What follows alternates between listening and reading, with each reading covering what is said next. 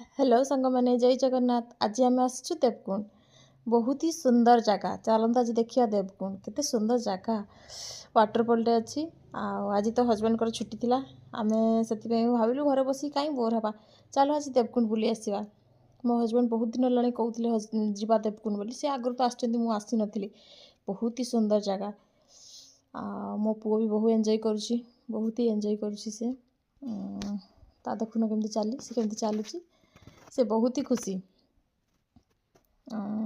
आम पहुँची गलुणी आउे पाखापाखि पहुँची गलुणी अल्प बाट साइड रे भी पानी फाणी सब आस बहुत भल लगे। एबे देखंतु वाटरफॉल वाओ ब्यूटीफुल बहुत ही बढ़िया जगह।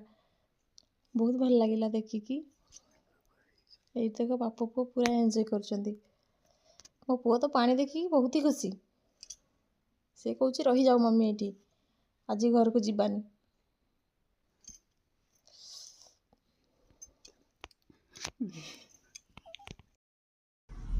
मो पुओ बहुत खुशी पानी देखिकी केते एंजॉय करुँची सी। आप ऊपर को जाइछु आम अंबिका को दर्शन करने वर्षा एत प्रबल जोर वर्षा है जे आम वेट कलु से किसी समय वर्षा छाड़िले पुणी तौक रिटर्न करूँ।